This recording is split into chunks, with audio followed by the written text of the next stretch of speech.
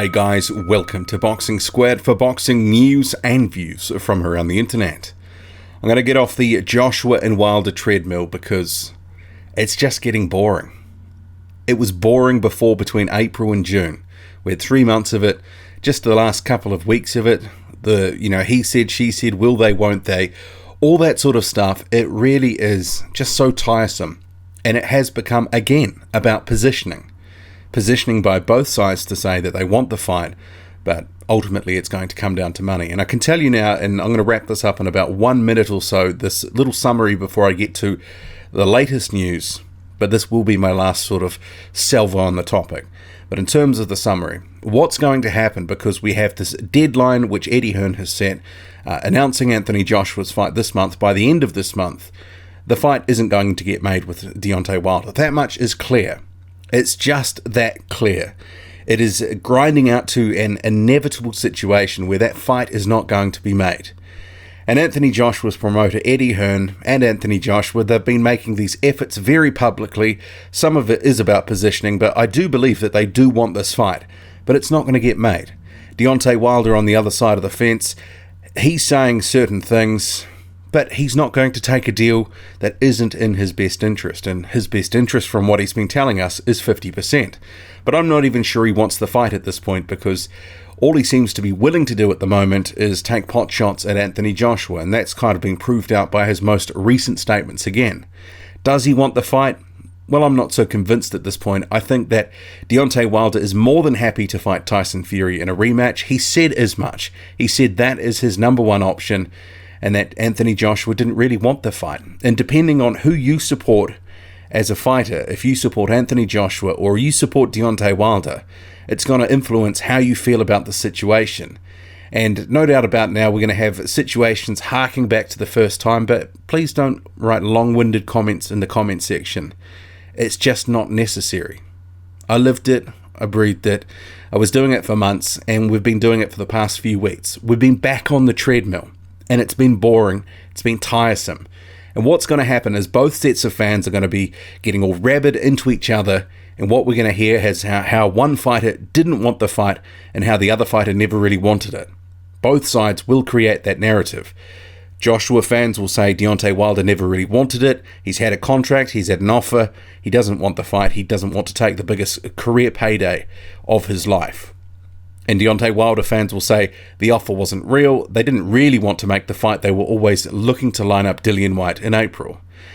And whatever will be at this point, it's going to be. But after things fall over, because inevitably it will, it's going to fall over, both sides will be out there saying how much they wanted the fight, how the other side didn't. And it's been quite interesting, actually. We've been hearing from Eddie Hearn and Shelley Finkel how they wouldn't talk about negotiations. But what have we been seeing more recently? Both have been out making comments about negotiations. Maybe we haven't had the same specifics that we did 6 months ago, but they're still talking about negotiations. And the fact that they're doing that, Shelley Finkel saying, Eddie Hearn didn't meet with him in New York, there was no calls, Joshua didn't have a meeting with him. And we're hearing Eddie Hearn talking about, I'm not going to talk about negotiations because that got me in trouble last time, but we're making progress, we're talking to them. There's still too much chatter. The deals don't get done when everyone's talking in public. And they are still talking in public. And so this whole charade of what's going on, it is about positioning. Don't kid yourself that it's not. And Anthony Joshua has very much so been trying to get back a bit of the narrative through some of his interviews and comments in the United States, through the talk shows that he has appeared on, his public appearances, the comments that he's made while being in America. Through the Tyson Fury fight, Deontay Wilder has managed to somehow snaffle some of the leverage away from Anthony Joshua. And now Anthony Joshua, the stated A side, the guy who would have the fight in his own backyard in front of 100,000 people, he's chasing the fight. How did that manage to happen? That's actually quite incredible to think about. And we've had Anthony Joshua saying publicly he's begging for the fight. So you can't say Joshua doesn't want the fight if he's saying he's begging for the fight. But, at the same time, in the same breath, he's saying, but I'm not going to give you what you want. There will be no silly deals. So this is the thing. It all comes back to money. It all comes back to positioning. And the whole thing has gotten brutally tiresome.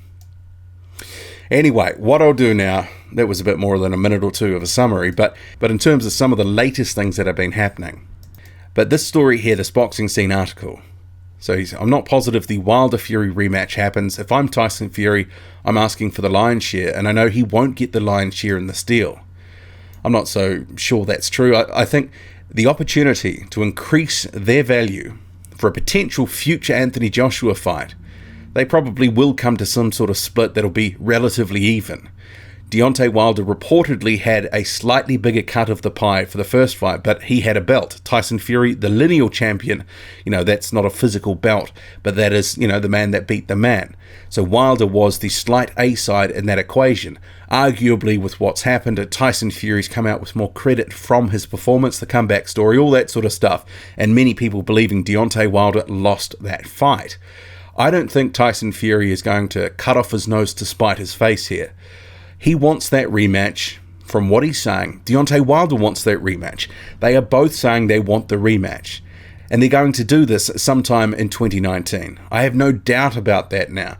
There has been the stated, that potentially other fights are in the offing, but really, I think that's smoke and mirrors. They're going to make the rematch, but they're not going to do so until the new year. And that forces Eddie Hearn's hand, because he's already said, I have to make this fight for Anthony Joshua for April at Wembley before the end of the year, because they have promotional considerations, training camps to get into and other bits and pieces. They're not going to leave this forever and a day. It's just not going to happen. And Eddie Hearn says, we agreed to do it different this time. Last time Shelley went to the media instead of coming to me and I opened my big mouth too much. Well, these sorts of comments, it's exactly the same thing, just slightly less detail. I think they really got to button some of this stuff. In terms of Deontay Wilder, I'm actually on the wrong story there. Anthony Joshua don't want to show or prove to the world that he's the best. He just wants to walk around faking it, coming over here, making excuses, trying to save face by acting like they really want to fight. Depending on who you support, that's either going to, you're going to agree with that or you're going to be vehemently against it. But it is what it is. It's positioning right now, because Wilder's got a contract, a percentage deal. If he's not happy with it, just come out and say, I'm not taking the fight. Because what he's doing now, he's dragging this out. They're going to force Anthony Joshua to take this other fight. Then they're going to turn around and say, you never wanted the fight anyway. It is so transparent what they're doing. And if you don't believe me, just go back and have a look at the first negotiation. It's exactly what happened there. It was like chicken. Everyone was doing certain things and they were trying to drag this out, draw this out, trying to get the offer changed, and then they ran out of runway. But they were positioning things for their end of the narrative because they wanted to come out and say, look, we wanted the fight. We wanted the fight. The other side, they didn't want it. It really does get a bit tiresome and sickening. He goes on to say, if Anthony Joshua really wanted to fight me, why wouldn't he come to my fight and try to fight the winner next? There's actually a very good point in that, because that would certainly be a statement to say that you actually want the fight. But Anthony Joshua, if he wanted to, he could have been there. He could have changed his travel plans because he was in the United States immediately after that fight. He was actually there in the United States. Wilder continues, why would Anthony Joshua go to a non-heavyweight fight, but you couldn't come to the biggest heavyweight championship fight in the world? And there certainly is something in there from, the optic standpoint. Anthony Joshua might have had sponsored commitments or whatever he had, and he said he wasn't willing to get up early to watch the fight and that sort of stuff. It actually, just from the public's perception, for some people in the public at least, and I thought it wasn't a completely good look. He's going to go to this fight that's in London, but he won't go to this fight that was in the United States. The one guy that he wants to fight, and the other guy who he also wants to fight now. And that is who the fans want him to see him fight in general. And I'm going to get lots of fanboys attacking me in the comments now from the Joshua side. But I think there was something in there. That is a little bit of a weak point for Anthony Joshua in terms of the narrative. It's really a shame that Anthony Joshua didn't come over and make his presence known to the American audience, where the three best heavyweights were fighting, take advantage of an opportunity to be there and call one of us out. That would show he wanted the fight, but if he really wanted to fight any of us, he would have been there, but he declined. That just shows what type of character Joshua is. Well, this is more of the same for Deontay Wilder. It's more of the same, because this suits his narrative. What he's really doing is he's trying to downplay Joshua. I mean, where in all of this is he actually saying that he wants to fight Joshua? that he wants to negotiate in good faith, that he wants to get a fight there. I'm not saying anything of that. All I'm saying is Deontay Wilder attacking Anthony Joshua again. And really some of this is for positioning.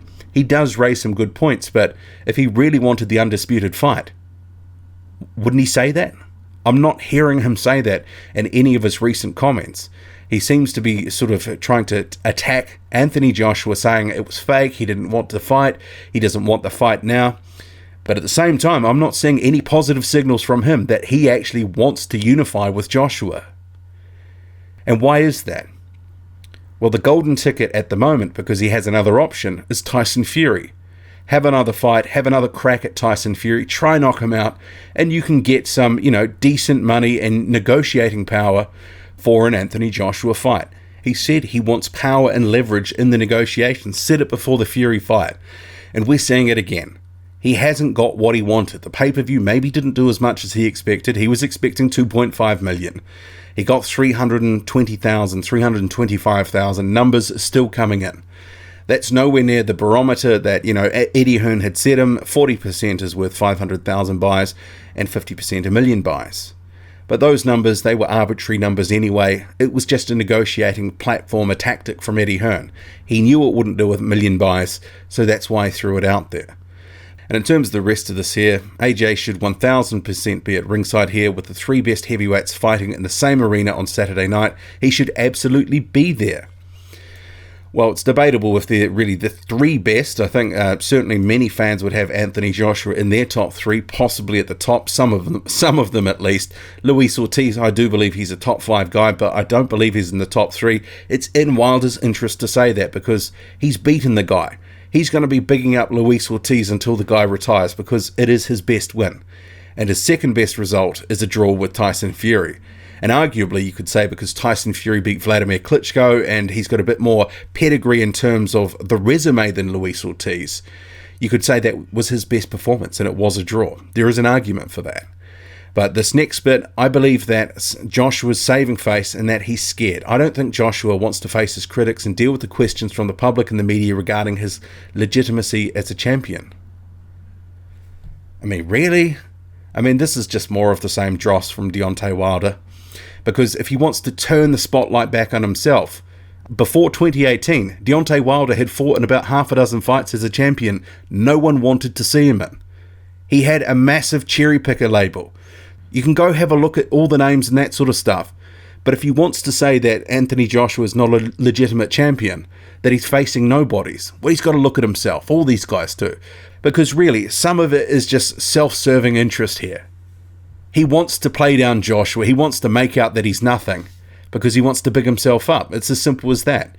And then if we go back to Eddie Hearn, if you want to do a show at Wembley, you get one shot, one date on the calendar. There was only one date available all of next year, and that's April 13.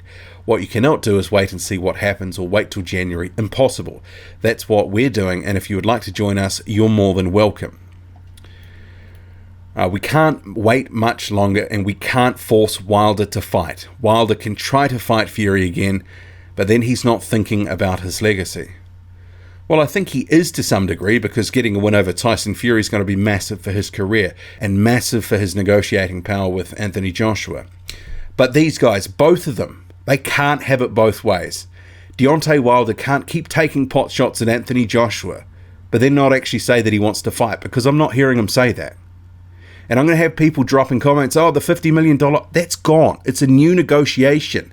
Move on, get over it. And then we have Anthony Joshua on the other side saying he wants to fight desperately, but he won't come down from the financial demands that he wants, his cut of the pie. He's not going to give silly deals and fantasy offers, and this is what he's been quoted as saying. So both these guys are saying the right things at different times, but some of their actions and some of the statements are contradictory. And it is just that simple. I'm over it. What do you make of it all? Drop a comment, loud and often, not too ridiculous, please. I'm out.